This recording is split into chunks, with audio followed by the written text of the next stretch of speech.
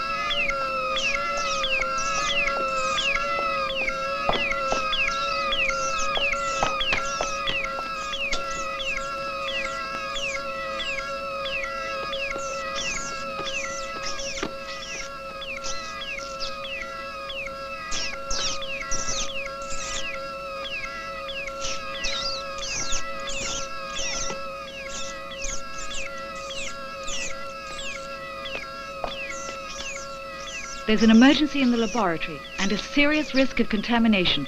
Have the emergency squad sent here right away. Repeat. Serious risk of contamination. Close all safety doors. Only the emergency squad is to enter the laboratory. Notify Professor Adams and Professor Vince at once. Apply all measures of maximum security.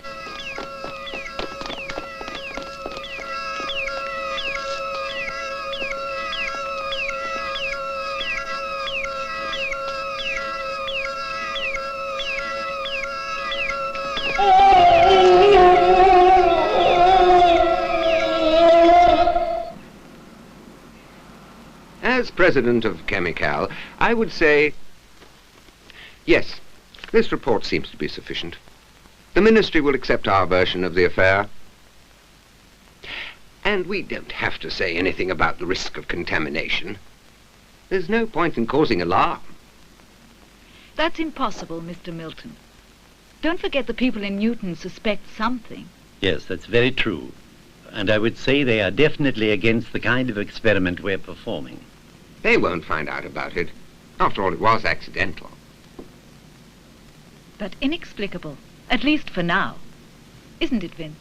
Oh, yes. Jane, I think we'll make more progress in our research programs if you'll please leave this whole affair to me. If Professor Adams agrees, it's all right by us.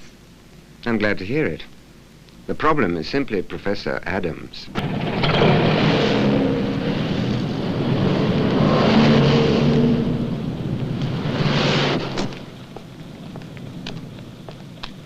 Hi, Betty. Hi, Lucas. I nearly didn't get here. You been to your sister's? Yeah, that's right. You coming for a... No, I can't. I've got to be back at 6. Oh, just a short You ride. promise? Sure. All right. Don't forget.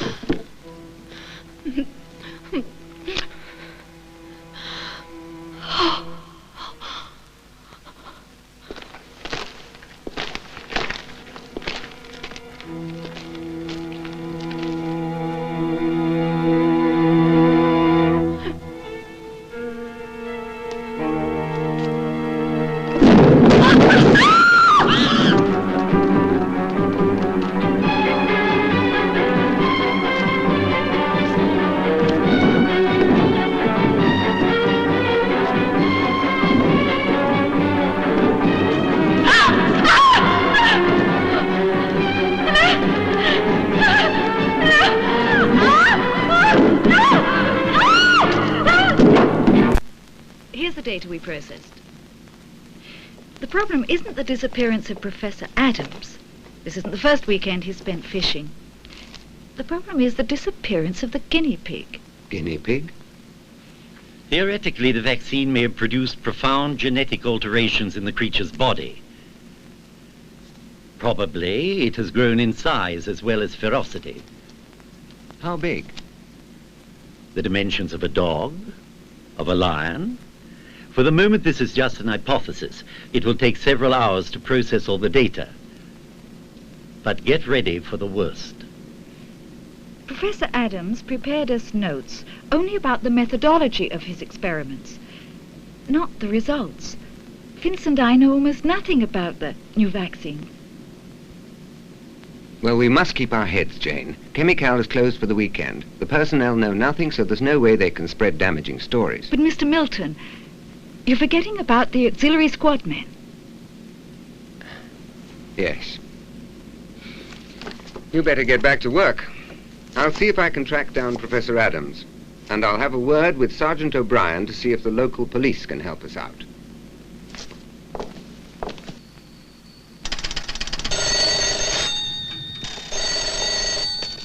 Yes? Yes, I'll send him right over. Of course, sir. You hear that? The colonel wants the printout right away. You better get moving. Yes.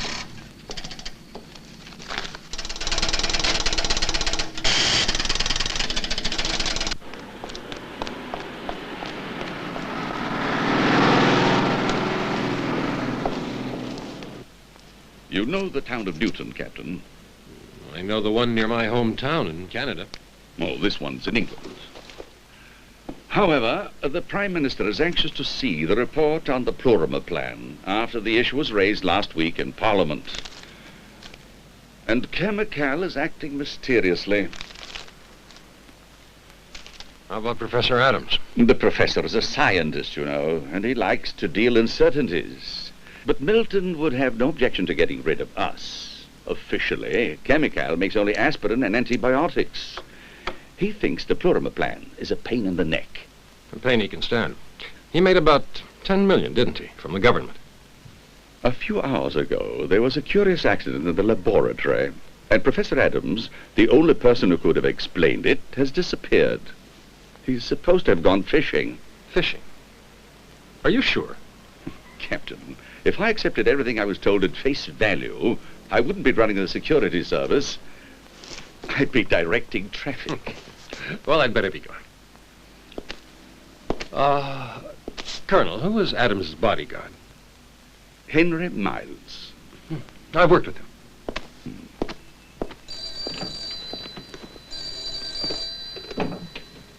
Yes?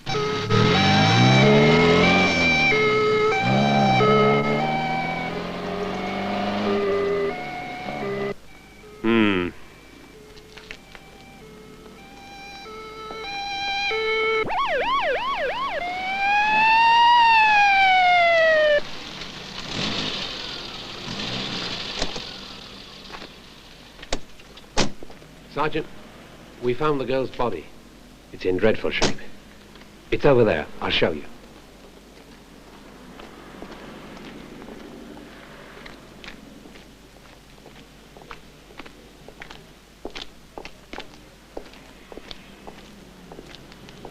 Just look. I never would have thought a human being could do such a thing.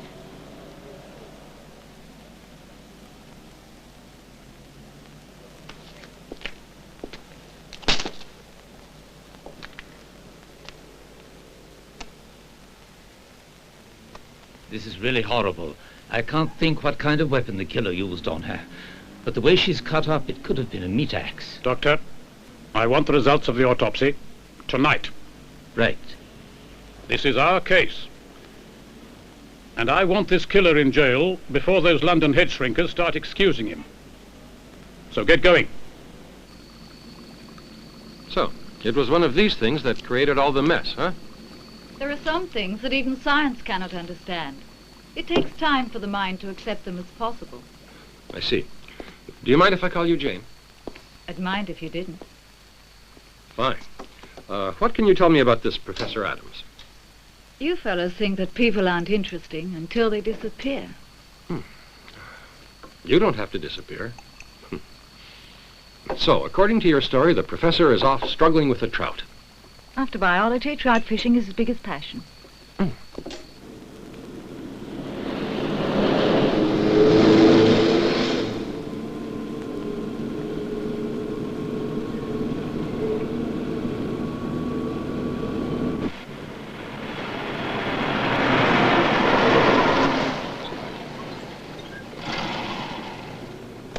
Wait in the car while I look around.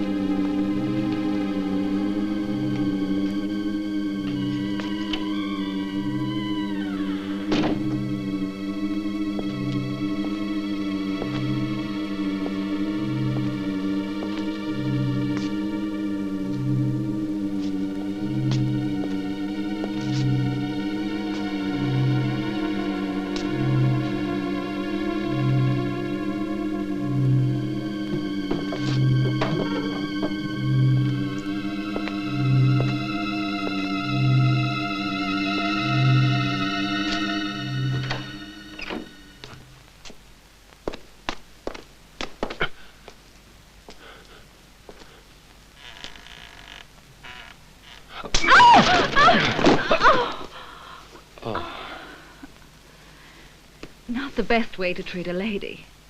I told you to stay in the car, Lady Jane. It's dangerous not to follow orders. I think we'd better let some light in, hmm?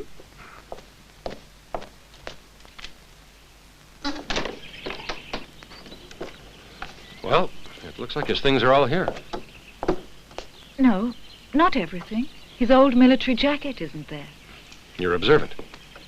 He always puts it on when he's fishing. I think I'll just take a look around.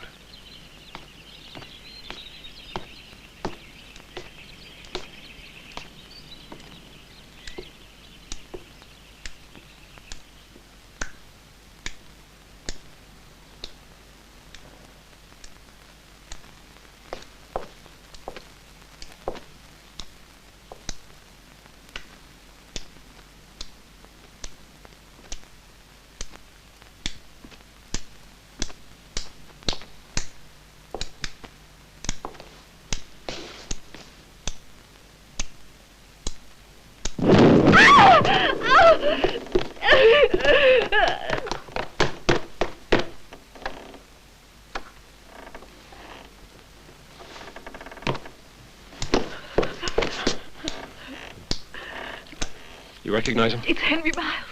He was guarding the professor. Yes, I used to know him. Come on.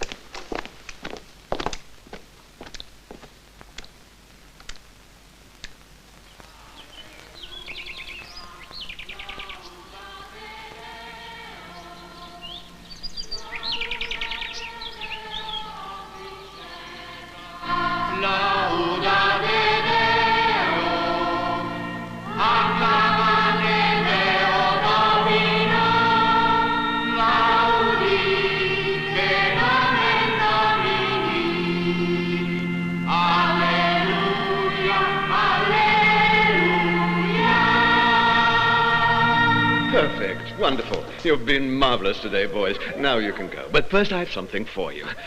One for you, one for you, one for you, and say hello to Granny for me, and be a good boy. See you tomorrow. And don't forget to study. I will. All right, boys. Time to go home. Your mummies and daddies are waiting for you. They're expecting you back for dinner. And wash your grubby little hands before you eat, eh? I say, boys, haven't you forgotten something? Come and get it.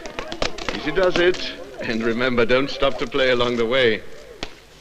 This substance we found on Henry Miles' body has a completely anomalous cell structure. That isn't the point, Jane. In my opinion, there's a connection between the murders, the accident in the laboratory, and the disappearance of Professor Adams. Perhaps, but you have to prove it. Look, Jane, You have to cooperate with me if we're going to find out the truth. And that's more important than the good name of your dear Professor Adams.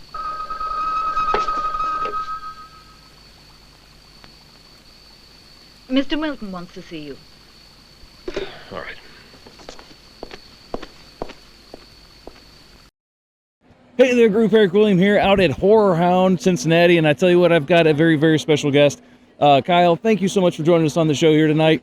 And I tell you what, folks, there's every once in a while I go to a film festival and I see, kind of scout the what films are going to be there. Yeah. And I literally, if you could have heard the air brakes on my head with the name, the Satanic Soccer Mom from Ohio, I circled it. I did my normal stalker thing, found him on Facebook, and I said, hey, can I have an interview? And I wore a nice toque so he would actually say yes. Yeah, so, but anyway, Kyle, for the folks that weren't lucky enough to be here, introduce yourself and tell us a little bit of what brought you out here to HorrorHound. Yeah, actually, my name is Kyle Rayburn. I'm the writer, director, and everything else in between. This is my partner, Ben. There he is. He's running the booth right now, trying to make money. We're actually doing multitasking here. So the reason we're here this year is our film, Satanic Soccer Mom from Ohio, was selected for the film festival. We also were lucky enough to be nominated for Best Feature, Best Writing, and Judge's Choice, which is just insane for us. This is our second movie. Wow. And so that's why we're here. And like I said, this is, again, I was very, very fortunate to actually get a screen to actually see this before normally I knew, because I'm not really, doing the interview, trying to pull teeth, figure out what I can talk about. But and again, I'll be careful, because now that I've seen it, I don't want to blab it out there. All good. But first, the cast. Oh my gosh, the cast was absolutely amazing. I mean, we're talking, if you are seen anything in, Northeast Ohio, Central Ohio, you'll recognize faces and names right away. And the people that you brought together. So let's just, if we can, let's start there before we even delve too much into the movie. Let's talk about this casting. How did you bring this group of people together? It's amazing. Yeah, awesome. Great question. So honestly, Grace is a hometown friend of ours. We've known her our whole life. And we literally wrote the movie for her. So she was checked off the list pretty early. I knew we had to have Brian Papandrea for Todd. There's no other choice, period. It's such a great choice. Absolutely. Oh my God. I mean, it was like, I'm sitting there watching, I'm like, he was born to play this. Yeah, powerhouse, just, so we didn't have to worry about that part. Right. Ellie, I had met Ellie here at HorrorHound over the years. Yeah. Just kind of started to really kind of meet her and get to know what she was into, and she wanted to do more comedy, and so I said, I was nervous sending her the script. Right. Sent her the script. She said, I love it. I have to do it. And this was, we're just kind of coming out of the pandemic, so everyone was kind of eager to get working again. Right, so right. I think that also helped. But, and then, Jason, again, just, I don't know. When you put one person involved and they kind of just all want to get back together and work again. Right, yeah. Because there's just easy chemistry there. And, everybody else in the film besides those major players were just local people that we knew that were just characters in the community. Right. And we knew we were writing parts specifically for them. And I tell you what, again, it just kind of came to life and everybody just popped on screen. And it was like you said, it was almost like you had these characters in mind as you're writing them, because it brought so much to the film. And the characters, again, so now we'll kind of step back. Let's talk a little bit about, if you can, without giving too much away, about the film.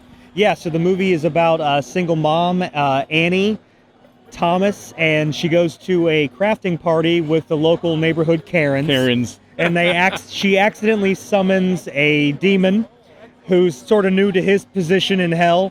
So those two have to work out a deal and get things done, and chaos ensues. And that's kind of what the movie's about. And that's it. It's it in a nutshell, and it's absolutely perfect. And just the fact that Karens you mentioned. Yeah. I love I actually got to see the trailer tonight at the beginning, and it said introducing the Karens.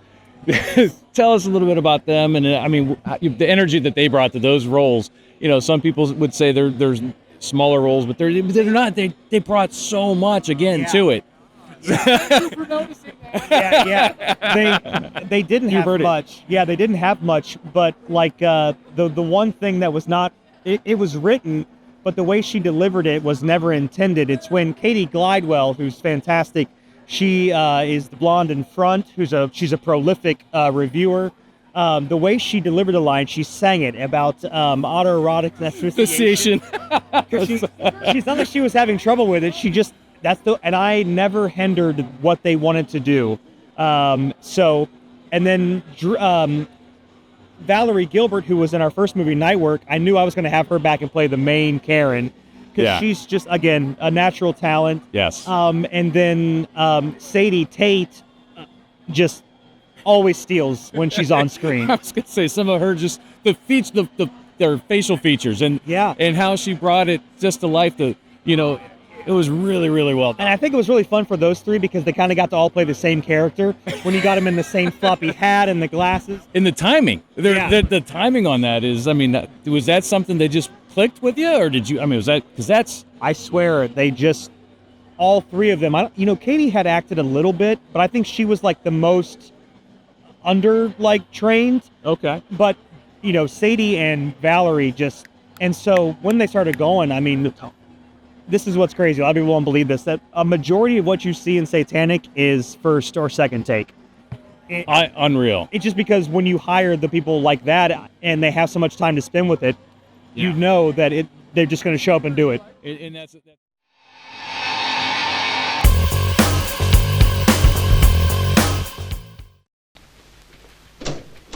You wanted to see me, sir? Yes, come in. Captain Kirk, Sergeant O'Brien. How do you do? I've been told the whole story, Captain. I hope I can be of help. Not alone, are you? I'm sorry, but I only have 2 men under me, and they're busy chasing a homicidal maniac. And you can't be of much help, Thank you, Sergeant, for taking the suggestion I gave you. We must avoid a panic. And above all else, we mustn't attract journalists looking for sensational news. Yes, but I think the people should be warned. Yes, but perhaps later on. And, Captain, remember the overriding necessity that the Plurimer plan remain a matter of utmost secrecy. Come in. I didn't know you were busy. No, not at all. How are you, Captain? Fine, thanks. Sergeant O'Brien. How do you do? The computer report is finished, but perhaps it's better if I come back later. No, you can speak freely. I don't want these gentlemen to think we have anything to hide. All right. We had the computer set up to analyze all the information available concerning Professor Adams' experiments with the new vaccine, and as expected, the reply was insufficient data. Insufficient? If you would like, you can check it yourself. If you gentlemen would excuse me. Come along, Professor. Dreadful actors. Don't you agree? What do you mean? All right. What if there is a connection between the accident in the laboratory, the disappearance suddenly of the professor, and the killings? Sergeant? Before we find it, we have to find the professor.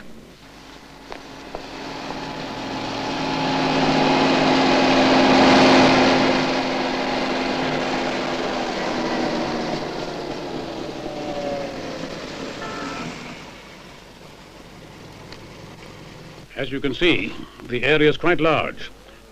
We'd need volunteers for a manhunt, but then we'd have to offer an explanation, and that could easily cause panic if it got to the general public. Yeah, and that's not the only problem. We haven't got much time. Why not, Captain? When we find Adams, you'll see, okay?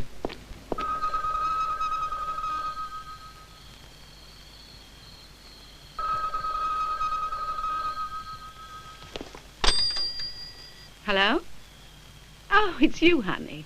What a pleasant surprise. No, I never go to bed this early. I was just going to have a nice shower. You didn't phone me last night, Ducky. Is that how you're feeling? I am if you are. But don't you keep me waiting. Put your skates on. See ya.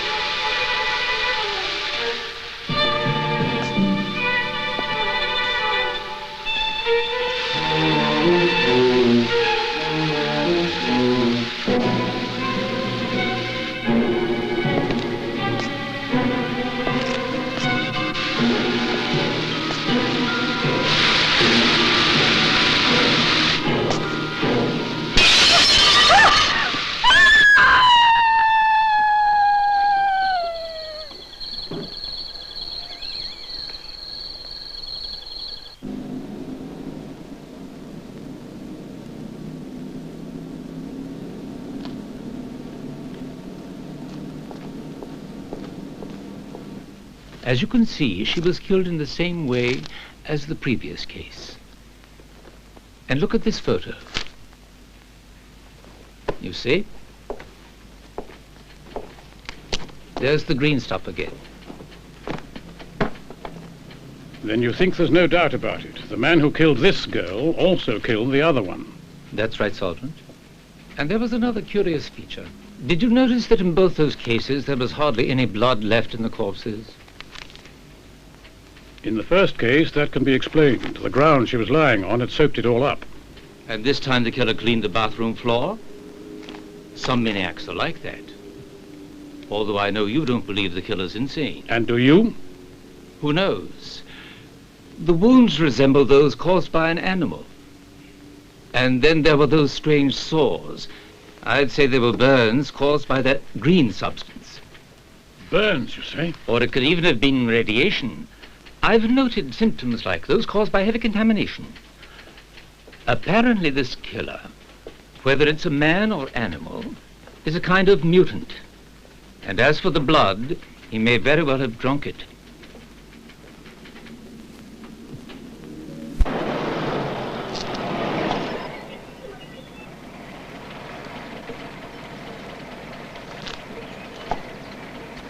Let him through.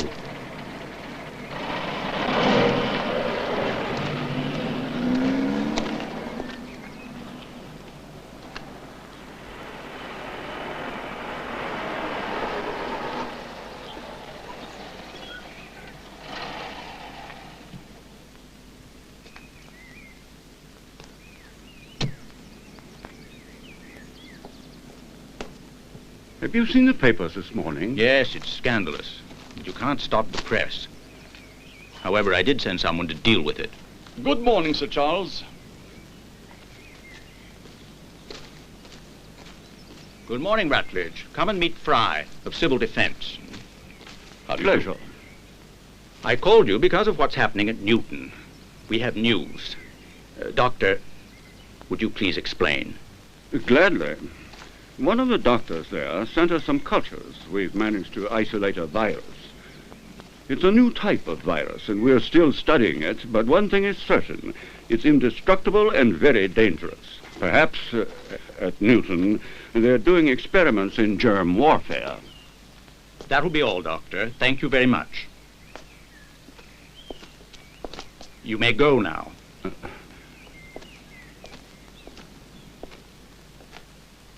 Can I offer you something to drink, Rutledge? As you must have understood, Colonel, we've told no one that Adams was nearing the conclusion of his experiment. Naturally, Sir Charles. There you are. Mm-hmm. You see, Colonel, we were well aware of the risks that the Plurimer plan involved, but we still had to carry out the experiment. Unfortunately, something failed to function correctly, and we are now faced with the possibility of an immense catastrophe. Do you think it's already reached that point, Sir Charles? 3 minutes ago, the first part of Plan Q was given the go-ahead. But, Sir Charles, the position doesn't warrant Plan Q. You can't be serious maintaining that point of view. It means the total destruction of the town, murdering every living thing in it, including women and children. That's enough, Colonel. Leave the responsibility to me. Sir Charles, I urge you to reconsider on the grounds of humanity. Please control yourself. This isn't the first time we've incurred certain risks. Do you expect to move ahead with the second phase? I'm forced to say yes. Fortunately, it's not up to me to choose the 0 hour. That's done by our superiors. How about the press, Sir Charles? I shall muzzle them. Is that possible? The arrival of troops at Newton will look very suspicious. We'll make a statement to the press. Say, army maneuvers. You can see to the details. If you say so.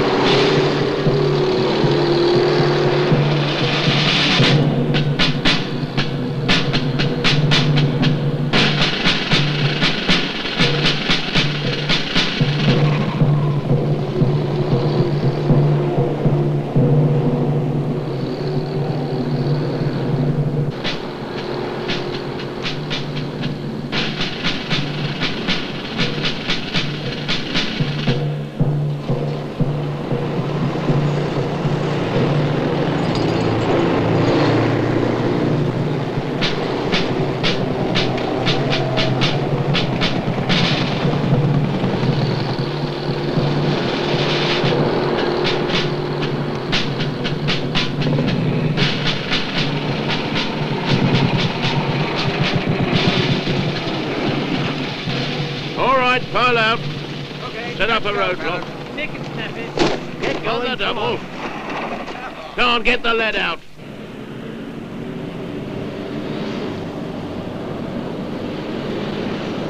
So we now have the problem of quarantining the town's entire population. But, Colonel, have you read my report? This situation is serious. Naturally.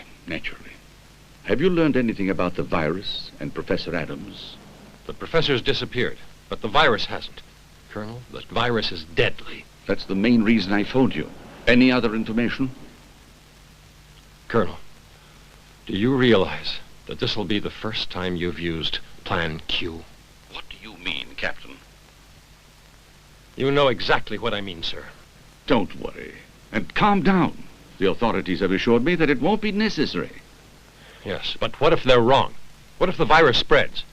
This whole town could become a cemetery. Now, Captain, you're exaggerating. And be careful of starting a panic, too. I want you to remember that you're the only person who can really handle the situation. I'm no Superman, Colonel. This is no time for modesty. You have to eliminate the source of the contagion because it endangers the whole world. No one is to enter or leave the town. And you may use your gun if necessary. It's been authorized. You may use your gun if necessary. Do you understand, Captain? Yes, sir. I got it. Hello?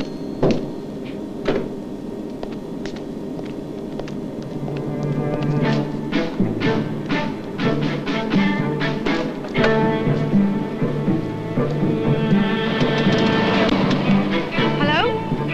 Why don't they answer? I don't know what's going on.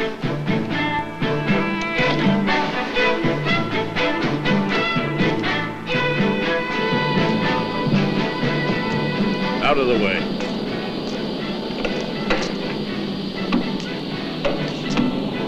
You stay here.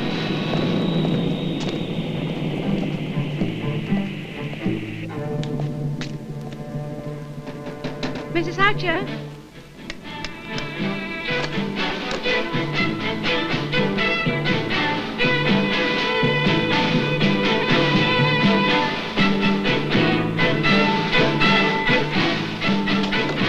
That one way. Well, I was talking to my wife and the line went dead. That's funny. So long.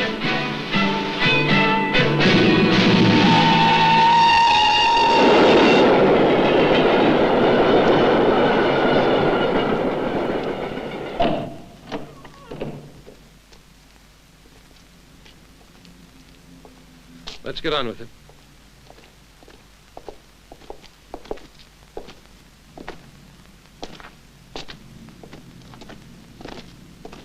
This place gives me the creeps. Sure does.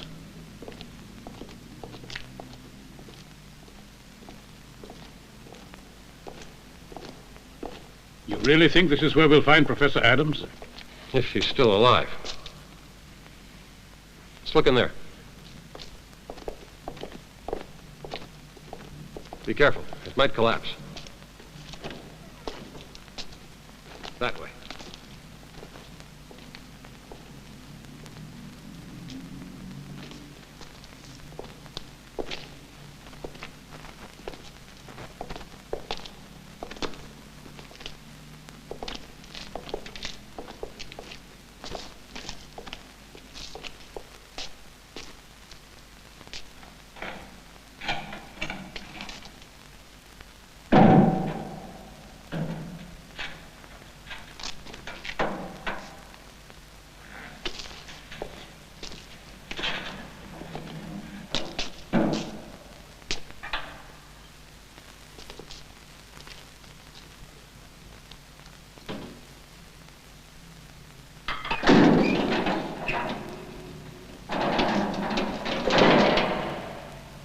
My God.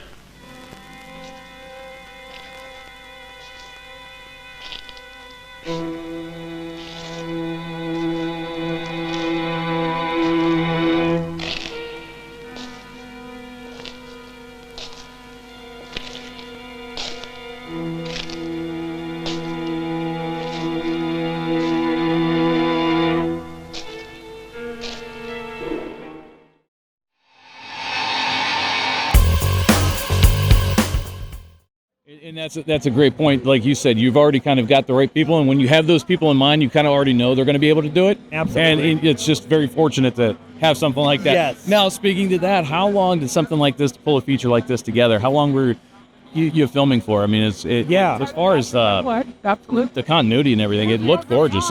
Wow, thank you. It was, I'd love to know how long that took you. Yeah, that's an awesome compliment. Thank you so much. Honestly, we shot it, a majority of it, over 4 days because I had Ellie coming from Atlanta, Sadie was coming from Detroit, and Katie was coming from Chicago. Oh, wow. The same weekend. Oh, wow. And then the following weekend, we put Brian in makeup for the heavy stuff. Right. But honestly, it was maybe 4 weekends top for pickup stuff. But yeah, that way we didn't have to worry about, what were you wearing? What did it, was it? Yeah. In features that can be very, especially independent film features, Yes. it can be very, very difficult. Those little things, I think, is what makes the difference between getting in at all and then being nominated for like a best feature. So, like this is, exactly. And it's insane that we're in the field that we are in.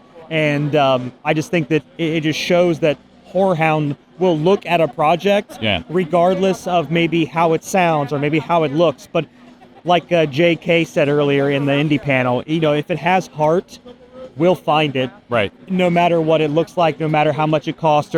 So that's why I think we're just so happy to be here because it found its little audience. And it did. And you talk about heart, it's kind of it's a satanic movie that has heart. Yes. But it does because the passion really comes across in everything, including the writing, including the acting, because, again, the actors did such a fantastic job because of the writing.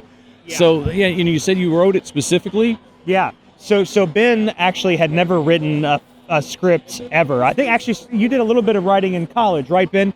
But didn't we all? Yeah. So I wrote the first movie, and then I sort of challenged Ben to be like, "Hey, put this together, put the bones on it, and then we'll start punching it up." Yeah. And honestly, what you see on screen, a lot of it is what we wrote down. Wow. But a lot of the more brilliant moments are when, like, Katie sang her line, or it's those little moments, and we never hinder that. We're not putting together a Bible; we're putting together a blueprint. There you go. And I think that they know that, and even though everything that was there was pretty A to B, they just ran with it, and we never said, "Okay, cut." Then we just said, that's great, that's amazing. So, I mean, I tell you what, now that you're out, this is nominated here. What's next? Are you taking it elsewhere? Are there other festivals that people maybe can catch us at? Yeah, honestly, submitting to festivals is quite expensive. Right. Oh, yeah. And we are very, very independent. So we picked the festivals that we submitted very carefully. Okay. Regional festivals that people would know some names, some local regional talent. So it's not really been entered in anymore, but we are getting ready to film our third movie. Oh, okay. This summer. He's coming to get you. Alice Winkler from Space from Outer Space. Oh, yeah. Okay. Yeah. She's going to be the lead in it. So we're super stoked to have her aboard. That's going to just kind of be a little revenge tale with a splash of voodoo.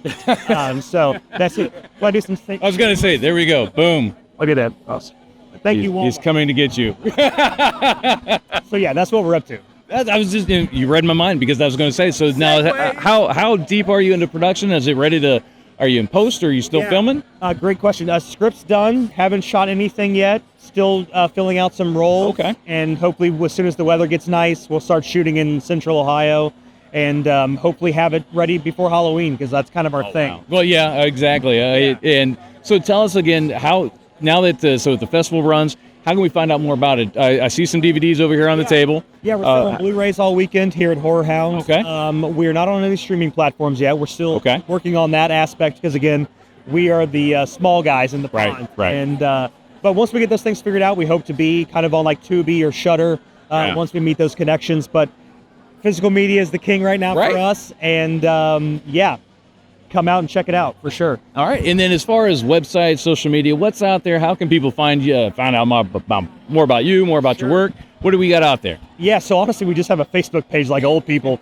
We had an Instagram page, but it got sniped. We got sniped. And so we lost all that content. So we're thinking about starting that up again soon. Just to reach that audience, but mainly just Facebook. And so, yeah, that's where we are. The Midnight Film Company on Facebook. There you go. Midnight Film Company on Facebook. And then, I tell you what, do you want to put any more shameless plugs in here? Come on in. I'm stealing them again. Hello, everybody. Good to see you. What about yourself? Is there more shameless plugs for you? Oh, this is a great. This has Ben Reger. He wrote a good chunk of Satanic. He helped me also make the first movie, and we'll make the third one. So do you like it or not? Yes, we worked together here just recently. Just finished the script on the third. I'm sure you get back together and clean it up. But yeah, love it. Every minute of it. Fantastic. Yes. Back to work.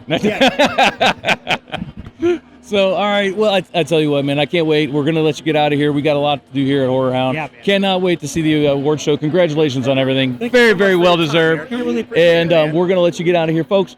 Thank you so much for joining us. We're going to get back to the show right here on Saturday Fright Theater. Every night is Rifle Night when you're watching a movie. We'll see you back next.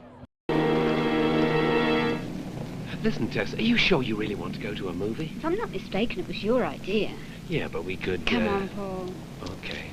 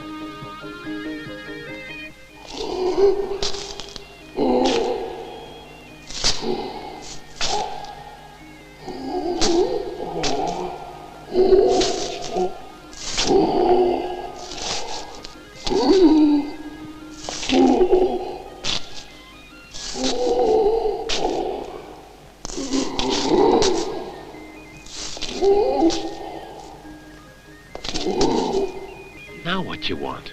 One of those huge ice cream cones from the Jumbo Bar. But it's too far away. It'll take me ages. Don't be silly. It's just down the street. And it's worth it because I'm going to thank you in a special way. You promise?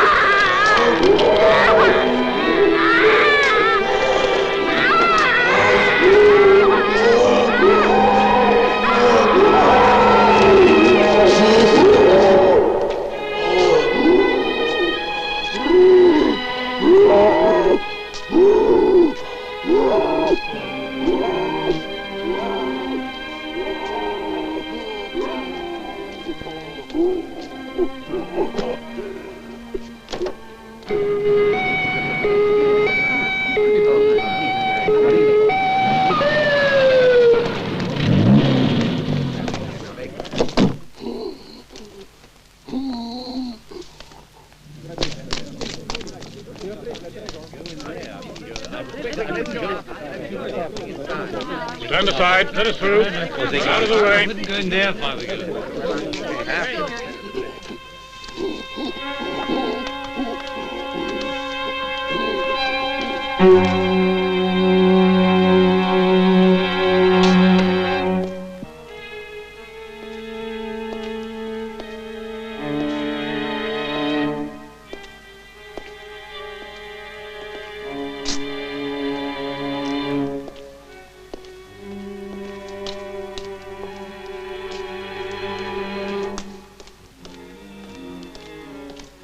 Look.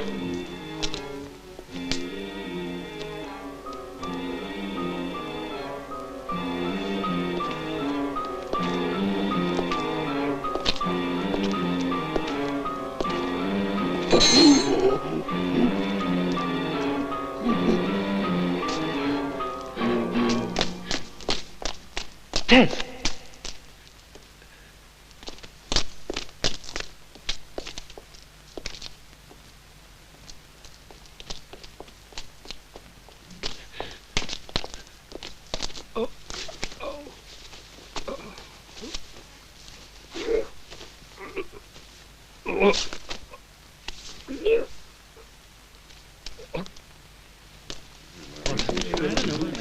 What's going on, Sergeant? Why has the town been cut off? What is it? The phones and the TV don't work either. What's it all about, Sergeant? Calm down and stop worrying. For the moment, there's no information. Let me through. No, sirree. You're not going anywhere till you've told us everything you know. Go back to your houses. This is an emergency. I'm unable to give out information. You're not fobbing me off with dumb excuses. Just a moment, please. You can't shoot all of us. Let's not make this business worse than it is. Sergeant, for goodness sake, tell us what's happening. Yeah, we got a right to know what's going on. Let him speak, not you. You're not giving him a chance to get a word out. Sergeant, please. Excuse me. What's the use? Can't you see they do whatever they feel like? I say we can't There's go on like no this. use losing our tempers. They'll tell us sooner or later. Just be patient. Will you please all be patient? Anyway, let's not hang around here in case that thing comes back. Tell us something.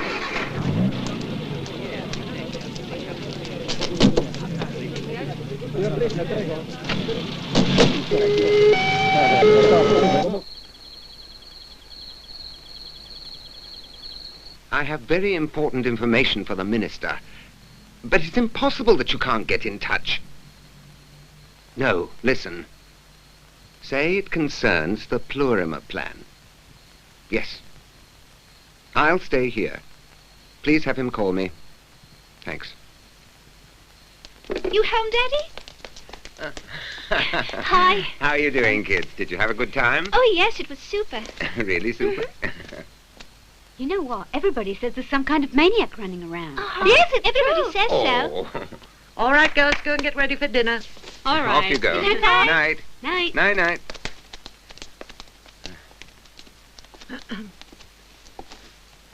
Did you have a talk with the minister?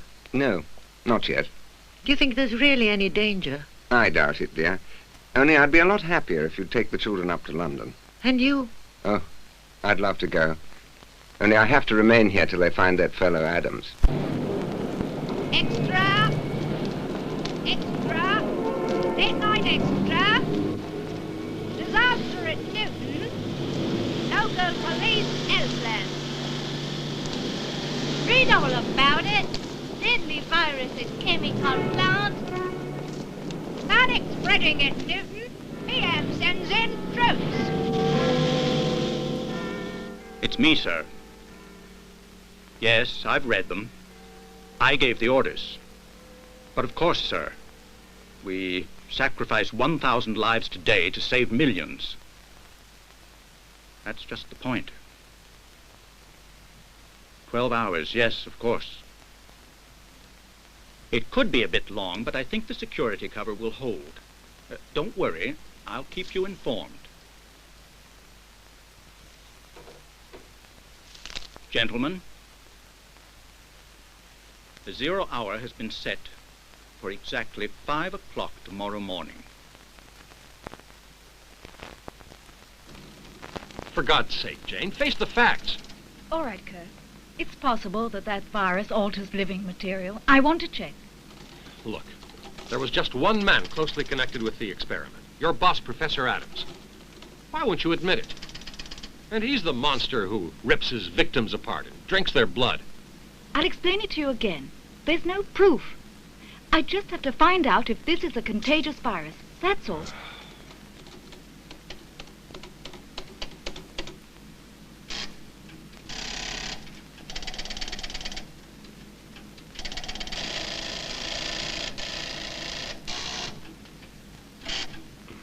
Jane.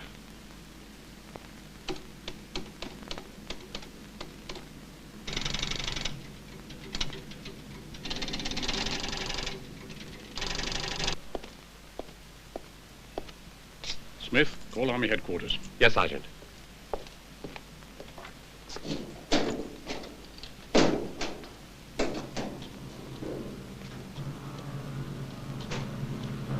We'll prepare for the worst.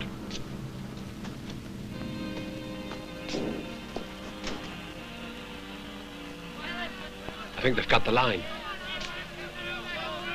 What's happening? We want to know what's Oh, Lord. What's happening to us? Everybody's going crazy. No, the state of emergency isn't my worry. I'm sorry. I want to get my family right out of Newton. No, I said no. I'm not interested. Then get the authorization from the Prime Minister, from the Queen, from anybody you like, it doesn't matter. But if you refuse, I shall get in touch with the press and see that everyone learns exactly what's happening in this town. Because you wanted these dangerous experiments. Got that? Hello? Hello? Hello?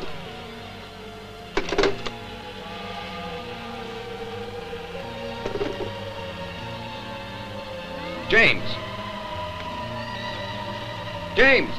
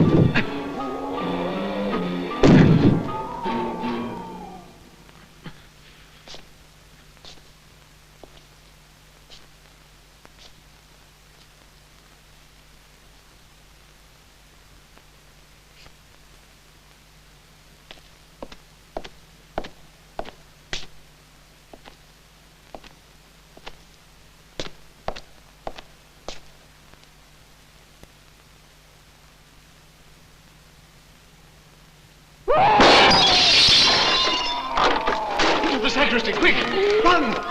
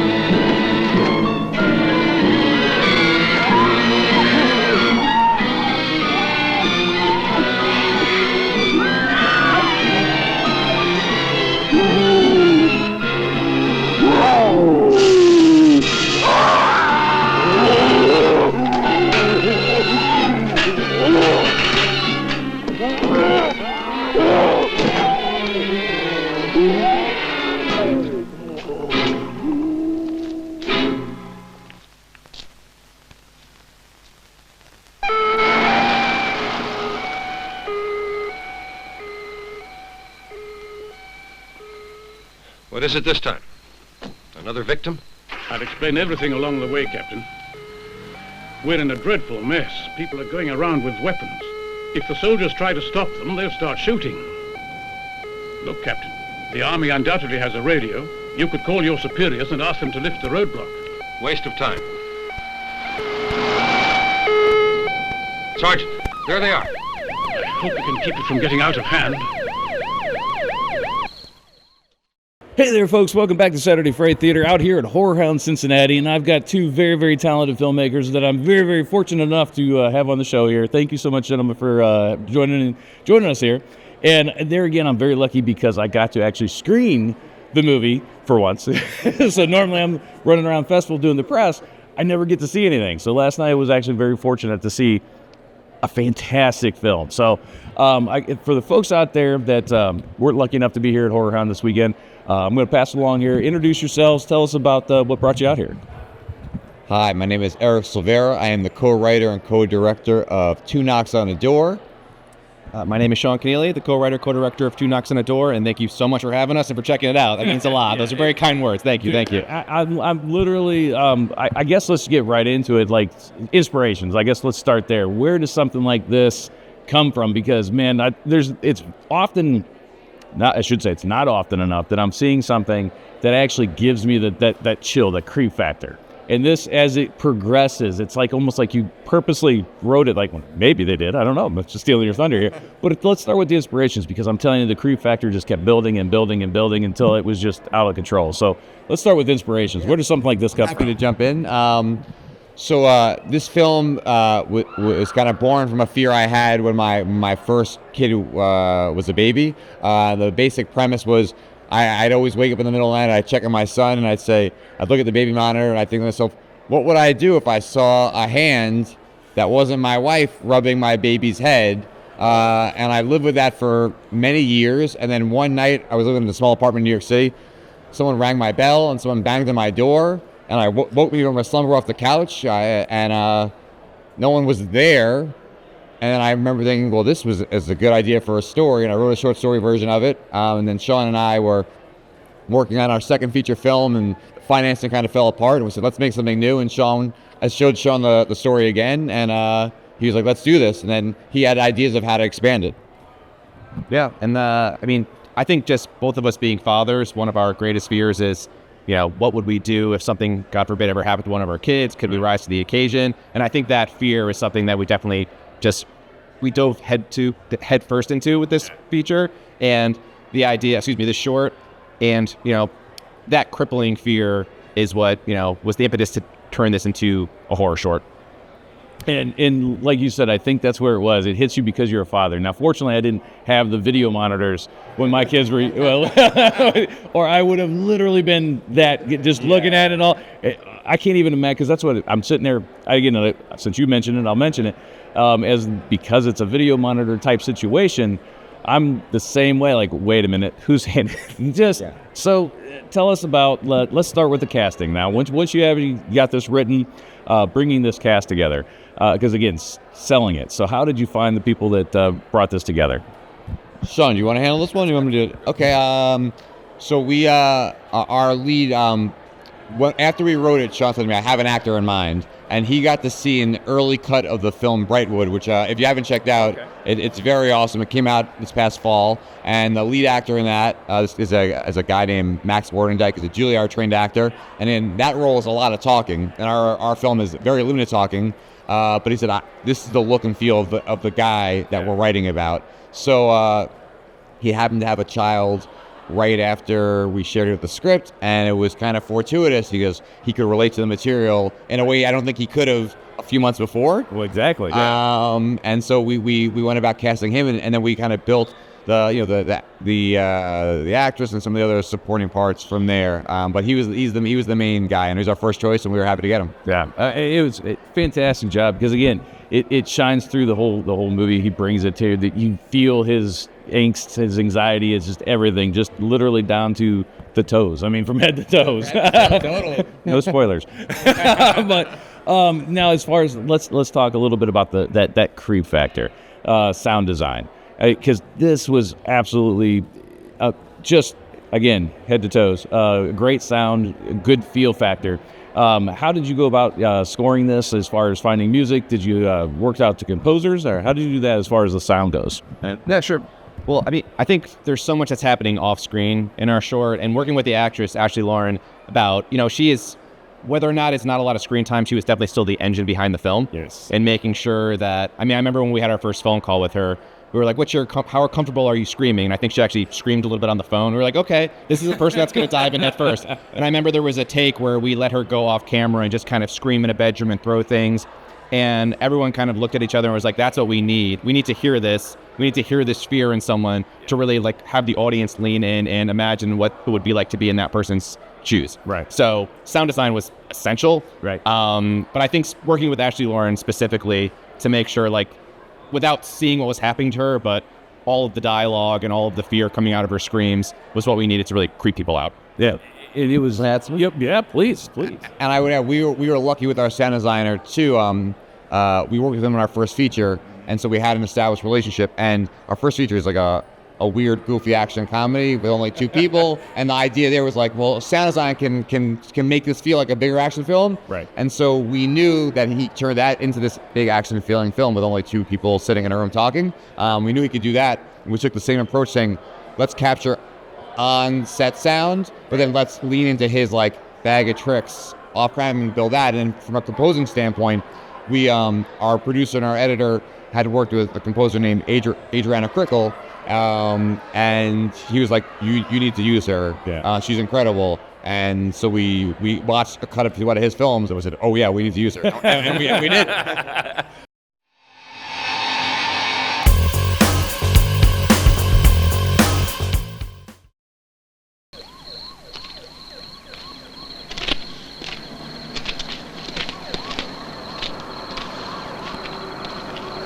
Hey, Sergeant. Yeah? What's up?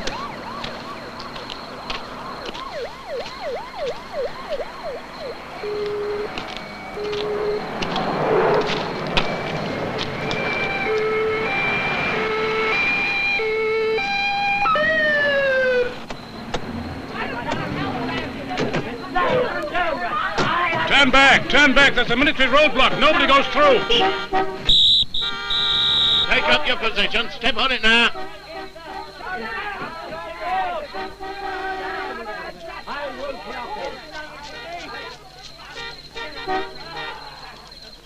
It's just an army exercise. There's no change there, so go back home. Plug in the megaphone. Yes, sir. Your attention, please. Your attention, please. This is Colonel Rutledge of the Army Information Service speaking. For reasons of national security, this town is in quarantine for a period not exceeding 20 days. I repeat, this town is in quarantine for a period not exceeding 20 days. Attention, please. Attention, please. If anyone attempts to force the roadblock, we will be obliged to open fire. We ask for your cooperation in avoiding violence. These measures are for your own safety. Please remain calm. I repeat, these measures are for your own safety. Please remain calm.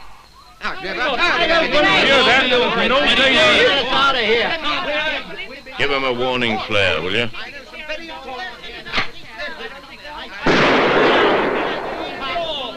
There's something going on. Get back in your cars. There's nothing to worry about. All right. You let us out of here, you. Go on back. Get back in your cars. I'm trying to think. We have a right to get out of here. We have a right to. Okay. We have a Have it your own way. Let us out of here. Get rid of those. Go ahead. Aim 10 yards ahead of them. Right, Sergeant. Fire straight at them. Fire!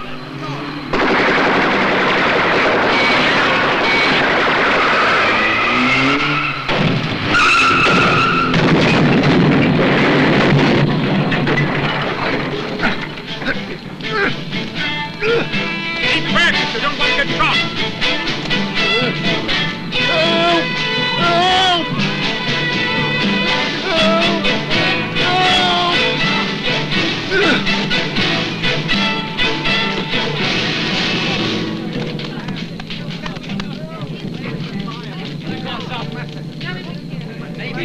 Go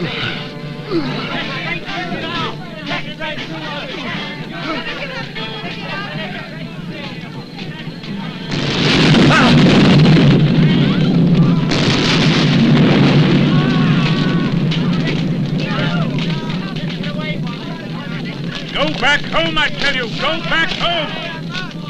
Fire over them. Yes, Sergeant. Clear the road! Go on, move! Keep moving! Keep moving! That way! That way!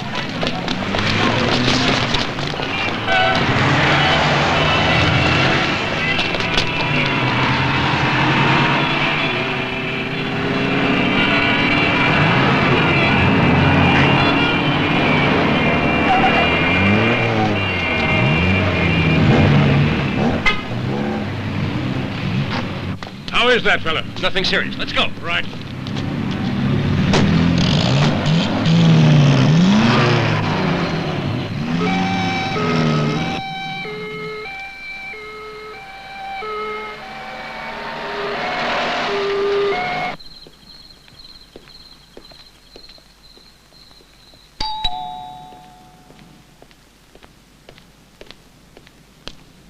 Who is it?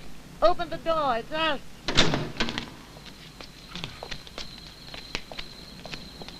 What is it?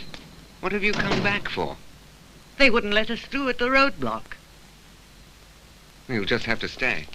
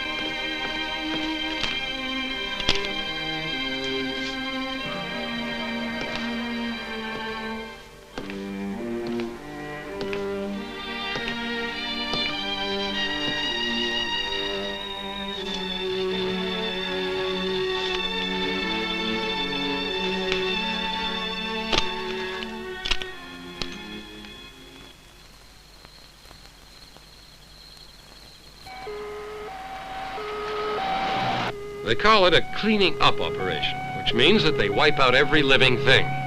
Humans, animals, everything. I can't believe it. In military logic, it's the one sure way of getting rid of the virus. For them, it's mathematical. Better to kill 1,000 people today than 1,000,000 later. Isn't there a way we can stop this? If we can convince them that we have an antidote, within 5 hours. This is all top secret. Of course, Captain. Don't forget it.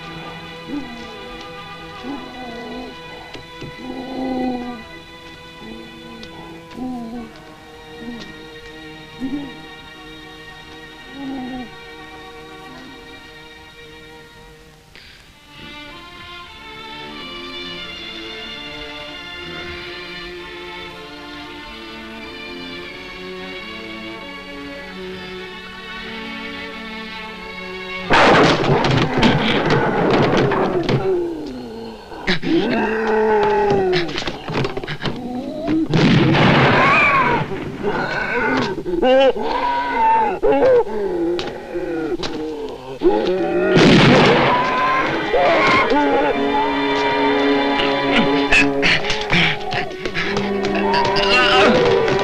in your room!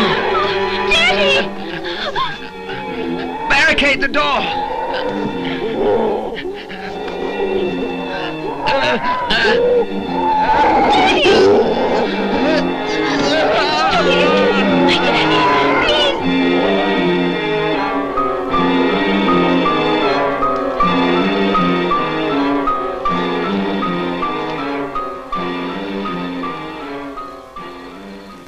By working on the cellular tension of that substance found on the victim's bodies, we can halt the spread of the virus. Then you found the antidote. In theory, yes. What does that mean?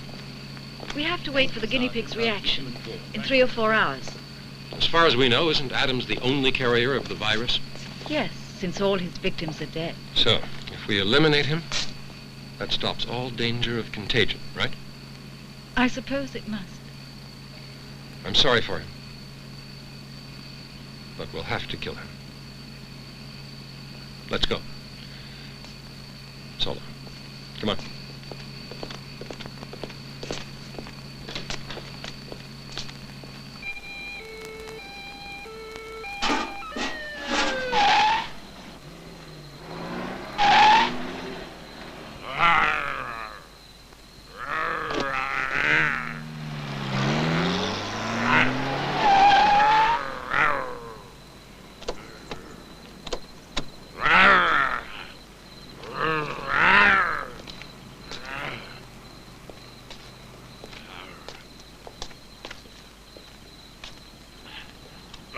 What do you want? I ain't done nothing. I ain't done nothing. Go on, Holmes, leave it off. It's you, Sergeant. How you doing? Care for a quick one, or are you on duty? Go on, run along. Sergeant O'Brien. Sergeant O'Brien. You're wanted at the Milton House. How beautiful. Yes, this is O'Brien. Yes, Sergeant. I'll be right there. Something's happened at the Miltons. Let's go. Right.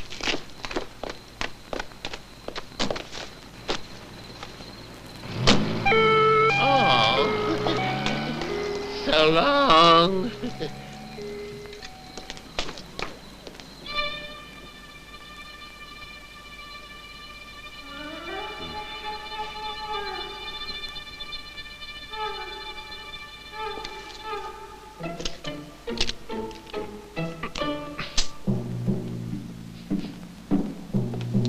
Captain, the sergeant would like to see you downstairs. Okay, here.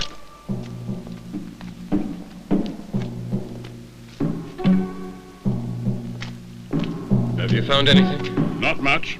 He must have got out this way. My men didn't see him leave the house, and there are traces of blood and that green substance. Milton fired a shotgun at him. 2 barrels of hunting shot. What'll it take to stop him? A missile? What are you doing?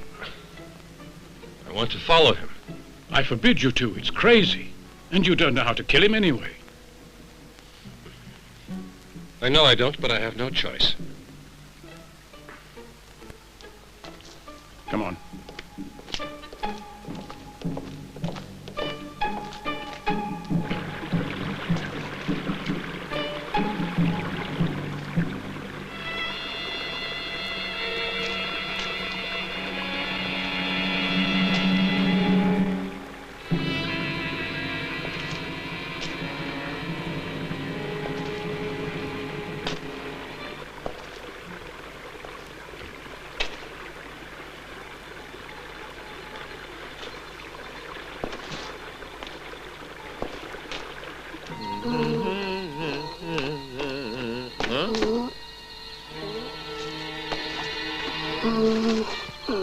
Care for a drink, mate? Stuck-up bastard.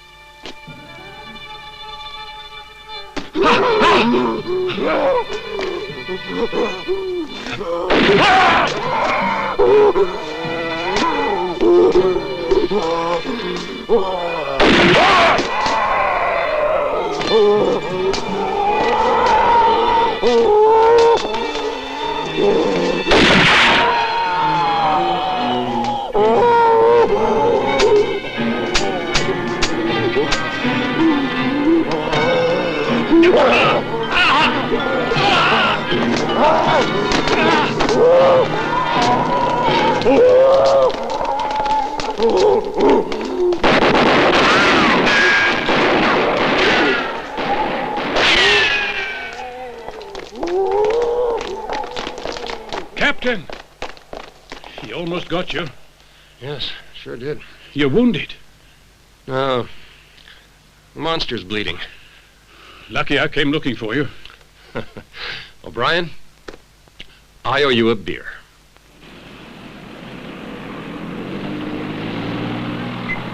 Look at this. The abandoned factory. That woman's house, the cinema, and the Miltons. Now we know how he gets from one part of the city to another.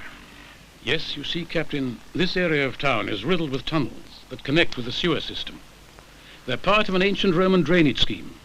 That's what they say, anyway.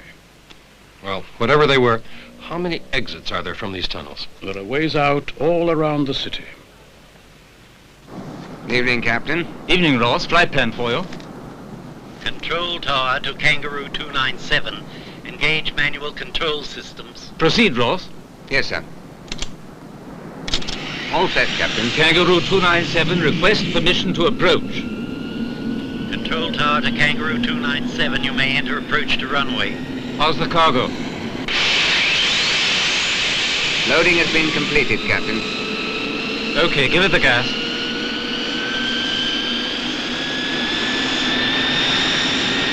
Ready, Captain.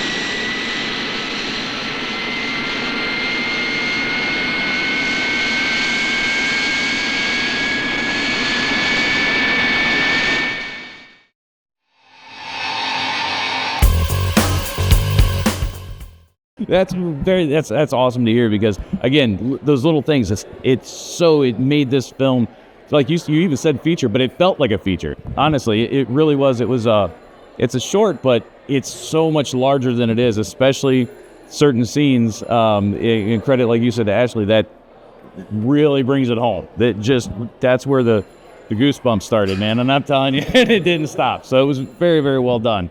How long did something like this take as far as shooting it? I mean, we talk a day? 2 days. 2 days. 2 days. It was a rush job.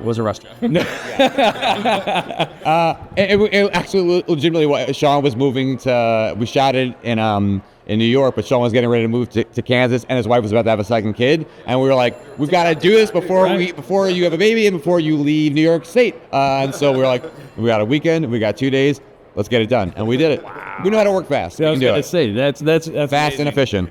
Now, how about post? That was a day and a half. No. I think we wrapped up probably with like in 6 months. 6 months. 6 months? Yeah, Okay. 6 months. I think. No, that's. We made it. We shot in November of 2022, and then we said, our editor kind of gave us all these, all the scenes, and we were like, we need to have it all our ideas and notes of the takes we like done by the holidays, so we can enjoy the holidays, and then he can kind of get cracking on his end. Right. And then we spent the edit kind of I think of all the things we worked on, and we knew what we wanted. So the edit came together pretty quickly. Then it was like, all right, well, we've made a long short. It's over 20. At that point, it's like 23 minutes. How do we get it down? And how do we keep trimming to make it a little tighter? And then, this was, our first feature, we made it over 5 years. so this was like, this was sprint. Big difference. Big difference. Now, I guess, let's speak a little bit about as far as the cutting it down. Sometimes a lot of people think that making shorts are easier than features. I mean, features, you do have to trim some things, and obviously you're going big. But on something like this, you said you were at 23 minutes and you're bringing it down. How do you find the moments? Is it trusting yourself, trusting your editors, trusting as a team? How do you find those moments to get this trimmed down? Can you talk a little bit about that? Yeah, I think all of the above we were just saying. I mean, we have a very close relationship with our editor, Billy Naraki, who is also the producer on the film. So making sure that everyone's voice is heard in the editing room, and also just trying different things.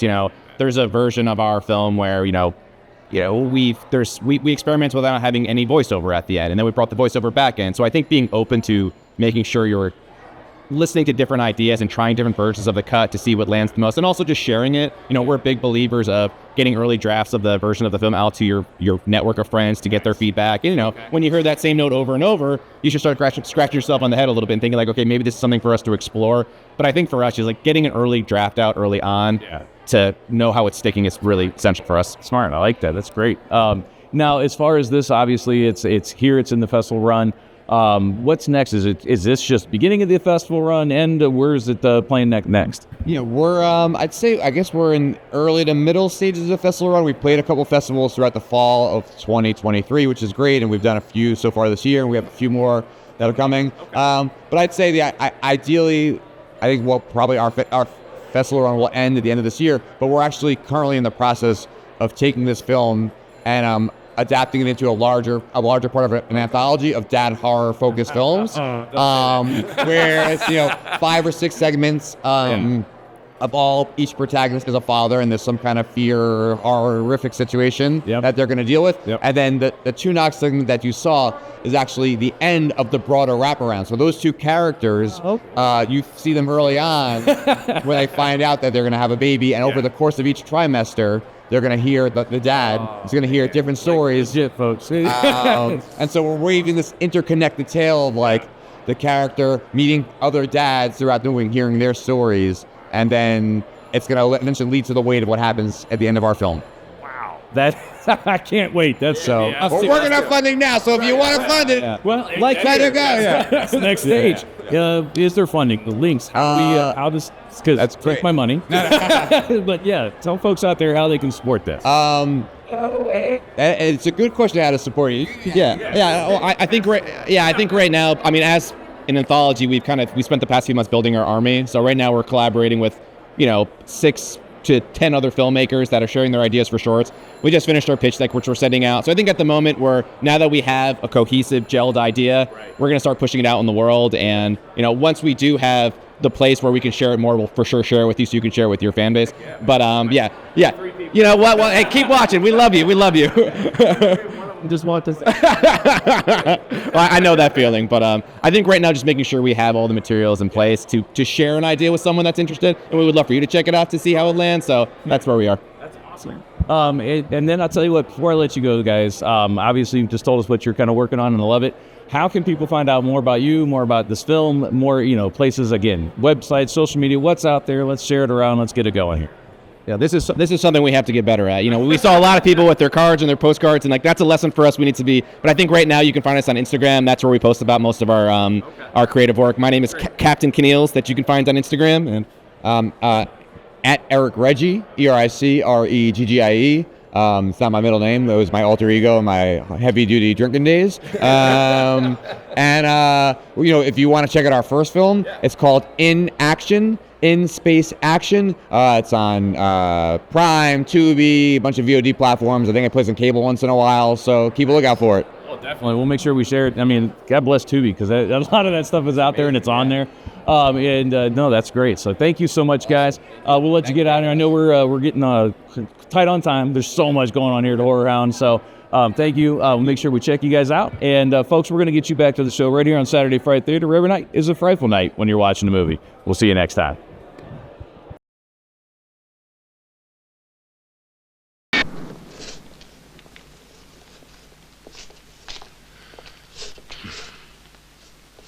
We finished sealing up the exit, Sergeant. There's no way he can get out of here now. We can be sure of that. Now we have to flush him. The problem is the method. There's fire, of course. No. Just a minute. If we filled the tunnels with some kind of gas, chemical must have one. Chemical? Yeah. We should have thought of them before. They can provide the best solution. No doubt about it. Come on with me. You too. It worked with the guinea pig. Now we can cure Professor Adams. Oh, no, Jane. Use your head. It's impossible. We can't even get close to him in the condition he's in. I'll do it. You'll do nothing of the kind. Listen to me before you say anything. I found the antidote and I'm sure it'll work. It only took an hour to act on the guinea pig. For a man, it should only take 3 or 4 hours. You really care about Professor Adams, don't you? My interest is for the whole human race. But we haven't enough time. Why not? Because in 1.5 hours, we'll all be dead.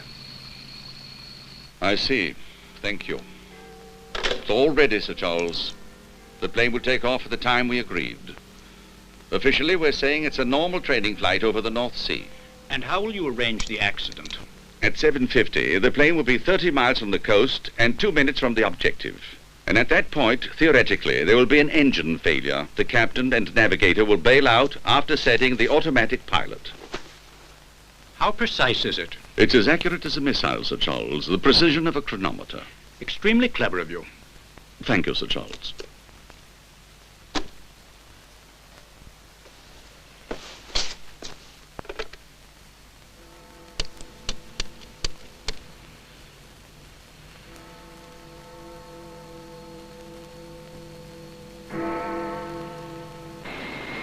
Kangaroo 297 to Control Tower. Any final instructions for our mission? Control Tower to Kangaroo 297. You are authorized for takeoff. The captain may now open his sealed orders. Wind is calm northwest, temperature 15 degrees.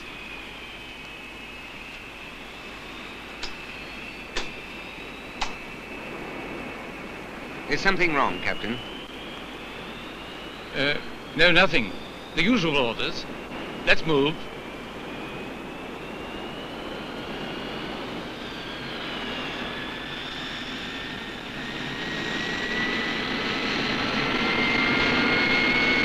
A nerve gas bomb. Why, that's just awful. Do you think that public opinion will accept it? They know what they're doing. It's sabotage that will pass as an accident. And there won't be very many witnesses in a tomb. It's atrocious, inhuman. It's the logic of power. Don't forget that. Professor, take me to the strong room. I need 2 units of Necron. But it's impossible that you people know about it. No. No way. I must refuse to oblige unless you force me.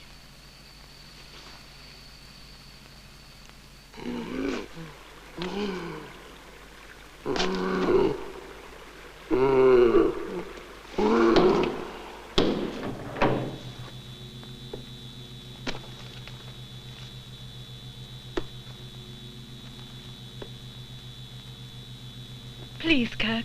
I know I can still save him if I go with you. Not a hope. You're not coming. Stay here.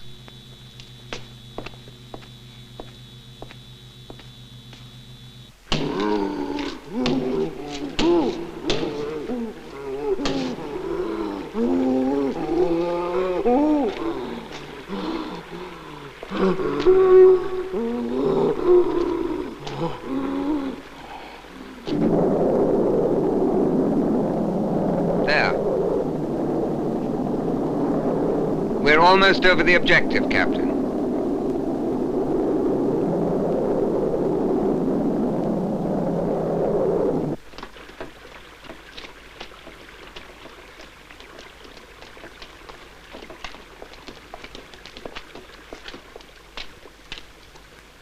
These tunnels lead to the sewers? Yes. Here, give me that. The old drainage network empties directly into the sewer system. I know it by heart, and so does Professor Adams. We're both members of the Civic Works Commission. Right, you two, go that way. You come along with me. Yes, sir. Come on.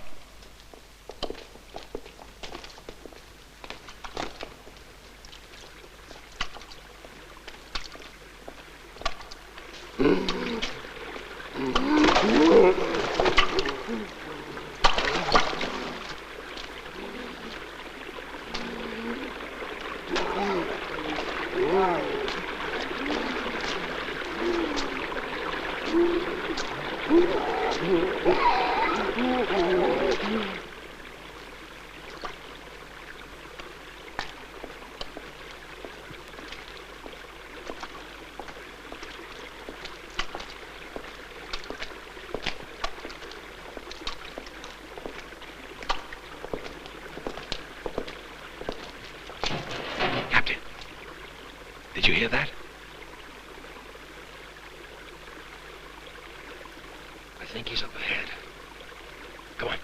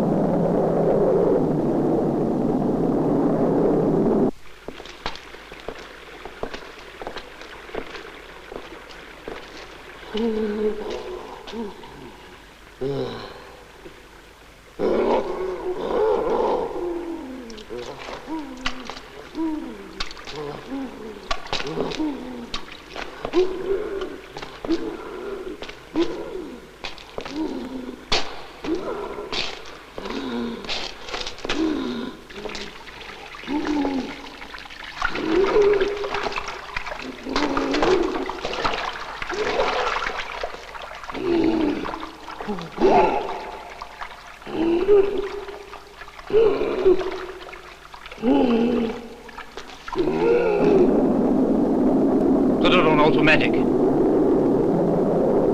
Is there something the matter, sir? Not a thing. Nothing we can possibly change, anyway.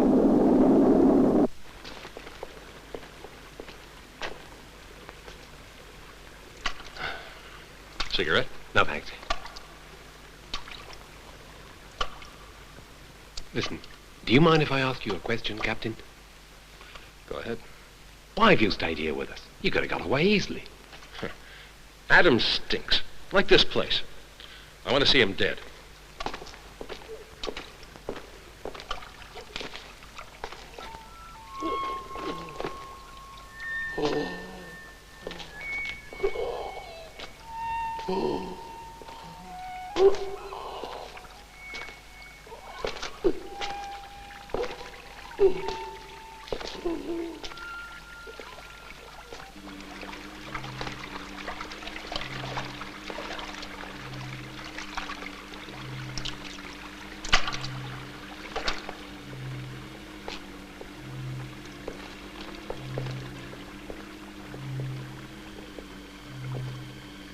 O'Brien here, do you read me?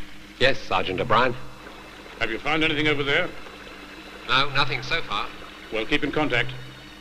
I'll keep the switch open. That be okay?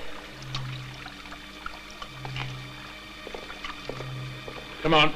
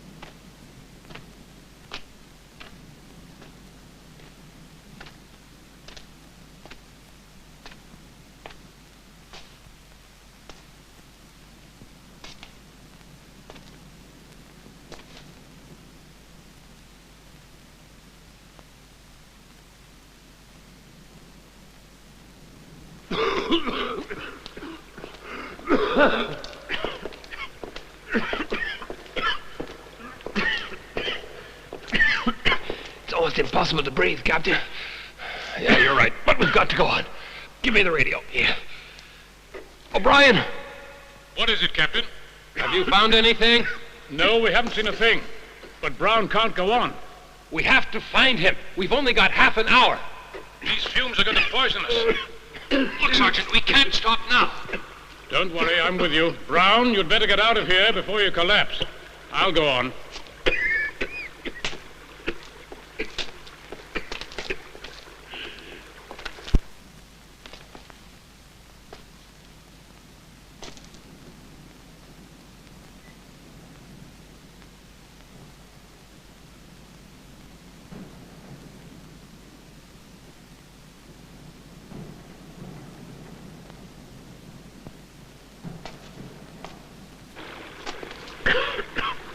Come on, this is it. Hey!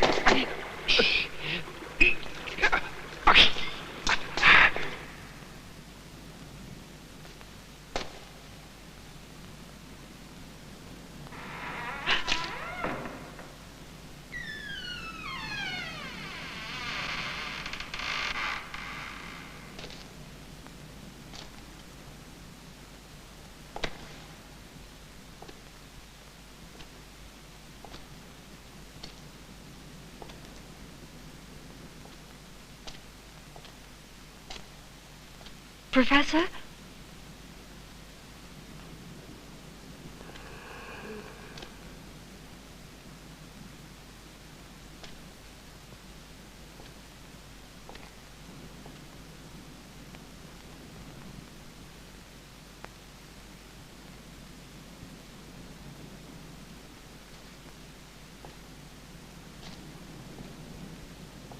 Professor! Look out! It's broken. I'll go on ahead, okay? You call O'Brien, right? No, Captain. I want to be in on the kill with you.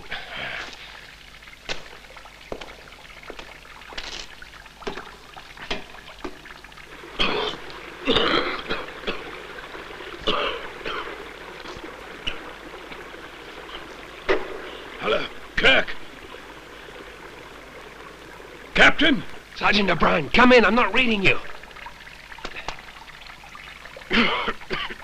Come in, please. Can anyone hear me? Professor Adams.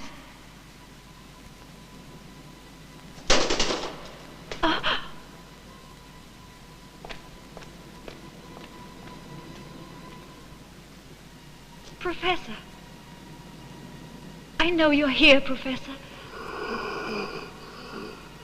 Come out, please, so I can see you. I'm Jane, your assistant. Don't you recognize me now?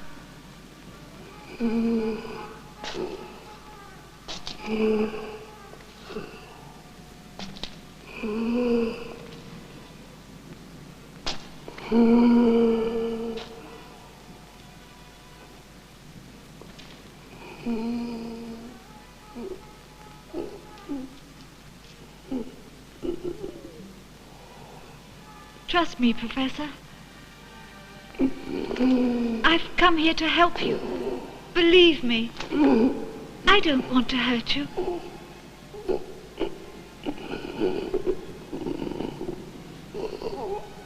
There are men who want to kill you, Professor. I can help you.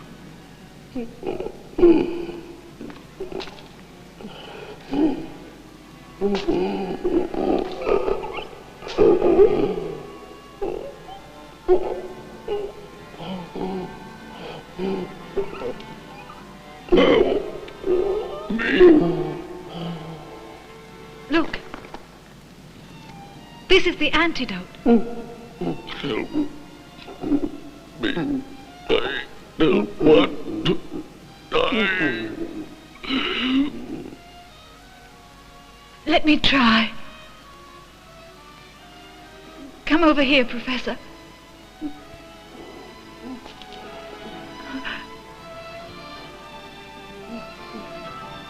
Help me, Jane.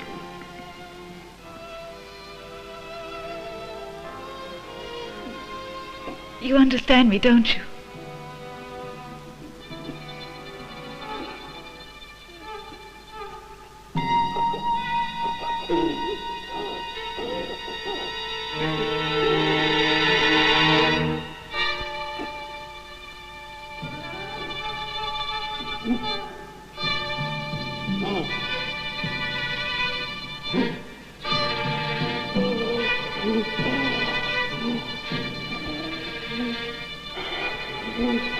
Jane! Jane, where are you?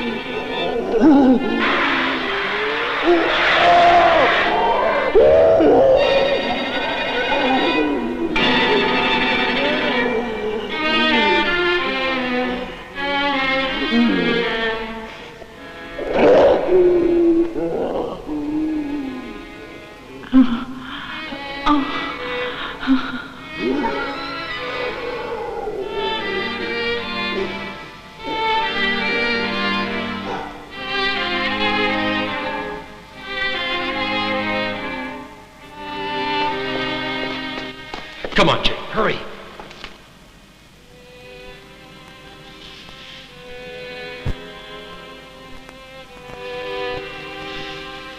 We have only a few minutes to notify London.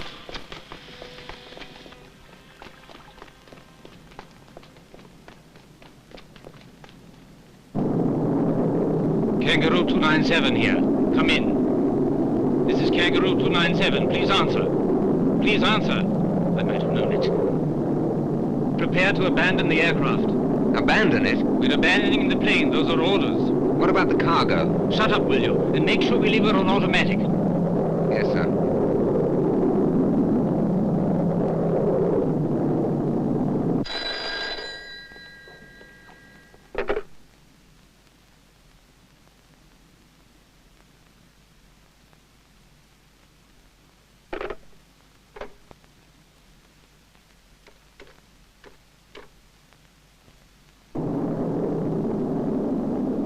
In 2 minutes, we bail out.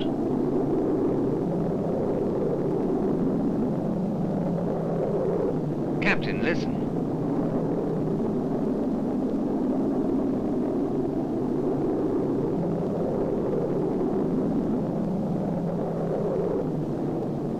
Ross, it's all over.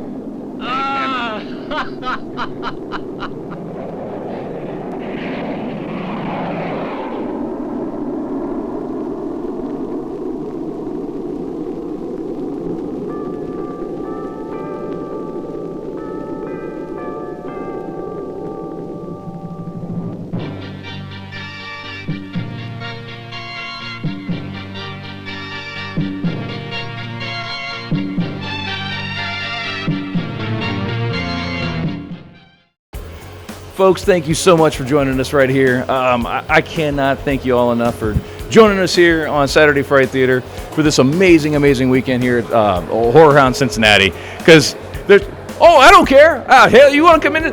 He's worried that there's a sweeper. Trust me, there's been a lot louder stuff going on than a sweeper. And in case you can't tell, I'm an improv, so it doesn't matter. I'm the only one who watches my own show. But anyway, folks, anything can happen here at HorrorHound. And it has been a wonderful, wonderful weekend. Today's end of day 2. We're going to have more footage for you all weekend. And I cannot wait. I hope you enjoyed tonight's movie. And we'll see you next time, man. Because it is crazy here at HorrorHound.